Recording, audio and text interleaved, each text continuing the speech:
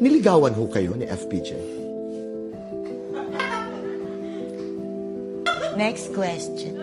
Habang pinapatawan niya ang buong bansa, may tahimik na laban na hinaharap ang goddess of comedy na si Nova Villa.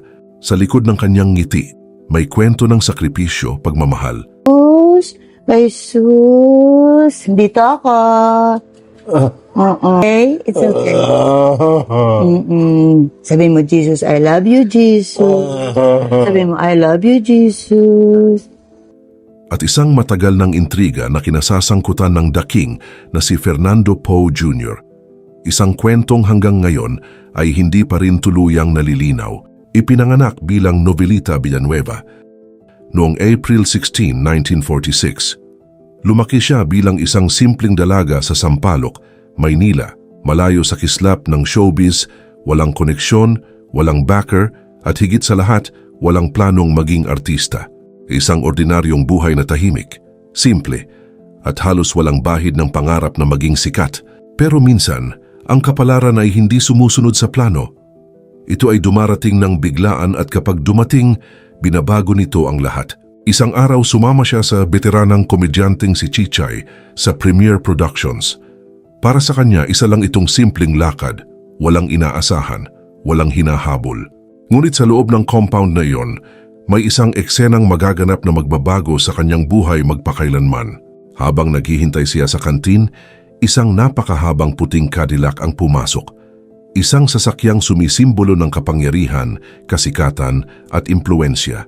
Napasilip siya, dala ng inosenteng kuryosidad, at sa isang iglap, nagkatitigan sila ng driver. Ang driver na iyon ay walang iba kundi si Fernando Poe Jr. Pero bago po ang lahat, baka pwedeng palike muna ang video na ito. Isang simpleng click lang, pero malaking tulong yan sa aming mga content creators para makagawa pa ng mga kwentong gaya nito. Maraming salamat po, ang pinakamalaking action star ng kanyang panahon. Sa panahong iyon, si FPJ ay hindi lang artista. Isa siyang alamat, isang institusyon, isang pangalan na sapat na para magbukas ng pinto sa kahit sinong kanyang mapansin.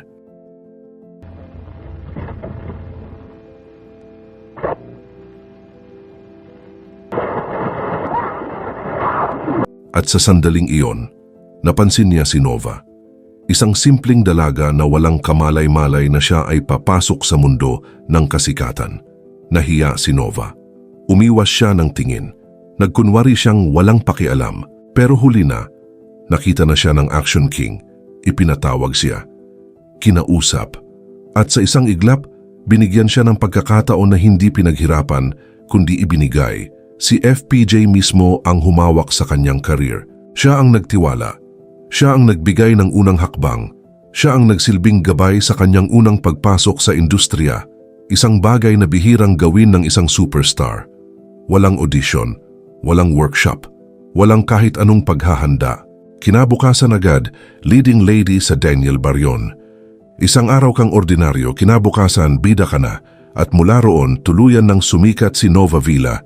Noong dekada 60, siya ay naging isa sa pinaka-in-demand na leading lady sa bansa. At dahil kaparihan niya ang pinakamalaking artista, lalo pang lumakas ang kanyang pangalan. Ang tambalan nila ni FPJ ay naging simbolo ng kilig, lakas at tunay na chemistry sa pelikulang Pilipino. Pinipilahan ang sinehan, pinag-uusapan sa radyo, sa dyaryo, sa kalsada. At kinikilig ang buong bansa sa bawat eksena nila, sa bawat pelikula. Lalo pang tumitibay ang kanilang tambalan. At dito nagsimula ang tanong na hindi nawala. May namamagitan ba sa kanila?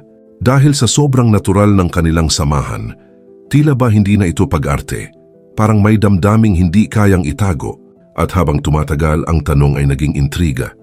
Ang intriga ay naging usap-usapan hanggang sa umabot ito sa modernong panahon, kung saan may mga netizens na patuloy pa ring naniniwala na may lihim na kwento sa pagitan nila.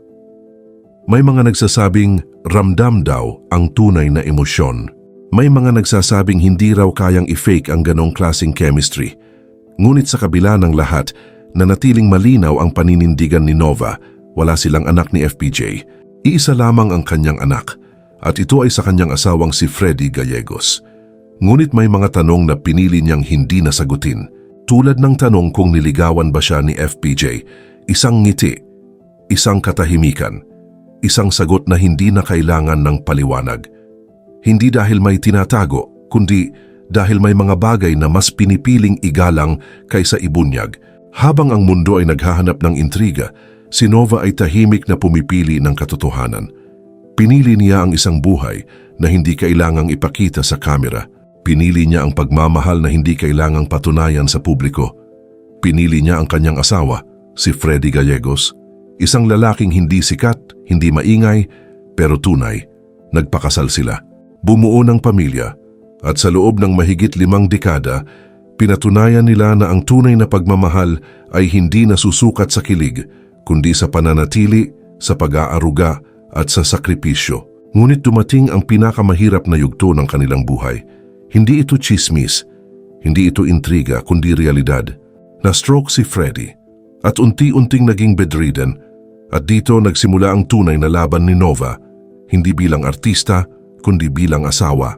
Sa edad na 80, habang ang iba ay nagpapahinga na, siya ay patuloy na nagtatrabaho. Hindi para sa kasikatan, kundi para sa pangangailangan, para sa gamot, para sa pangangalaga, para sa lalaking hindi niya iniwan.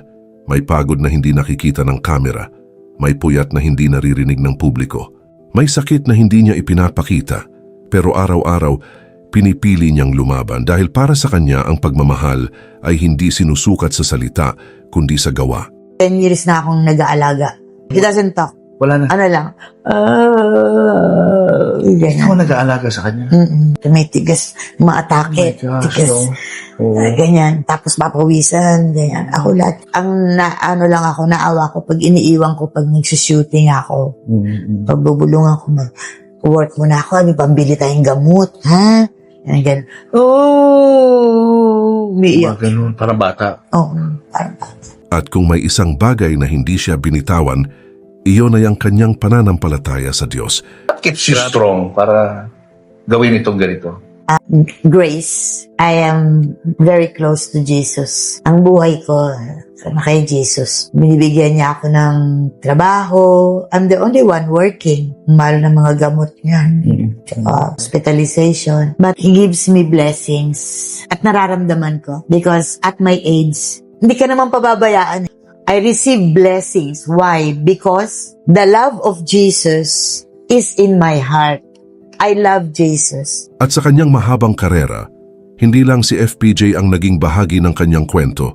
Nakasama rin niya ang hari ng komedya na si Dolphy sa Home Along Dariles, kung saan lalo siyang minahal ng masa bilang si Azon, isang karakter na simple pero tumatak sa puso ng bawat Pilipino. Nakasama rin niya ang teen idol na si Tirso Cruz III, kung saan ipinakita niya ang kanyang husay sa drama at romansa, patunay na hindi siya nakakahon sa iisang genre lamang. At nakatrabaho rin niya sina Freddie Webb, mga haligi ng industriya na kanyang nakasabay sa iba't ibang yugto ng kanyang karera. At sa paglipas ng panahon, si Nova Villa ay hindi lang nanatiling artista. Naging simbolo siya ng katatagan, dignidad at tunay na pagmamahal. Isang inspirasyon sa mga nangangarap, isang halimbawa sa mga lumalaban, isang paalala na kahit gaano kabigat ang buhay, may dahilan para magpatuloy. Dahil ang tunay na lakas ay hindi nasusukat sa kasikatan, kundi sa kakayahang magmahal, magsakripisyo at manatili kahit mahirap na. At marahil iyon ang tunay na kwento ni Nova Villa. Hindi ang intriga, hindi ang chismis, kundi ang buhay na pinili niyang panindigan. Kaya ngayon, sa dami ng kwento, sa dami ng haka-haka, sa dami ng paniniwala, ano ang pipiliin mong paniwalaan? Ang kwentong paulit-ulit na binubuhay ng chismis o ang tahimik pero totoong buhay? Ikaw, ano sa tingin mo?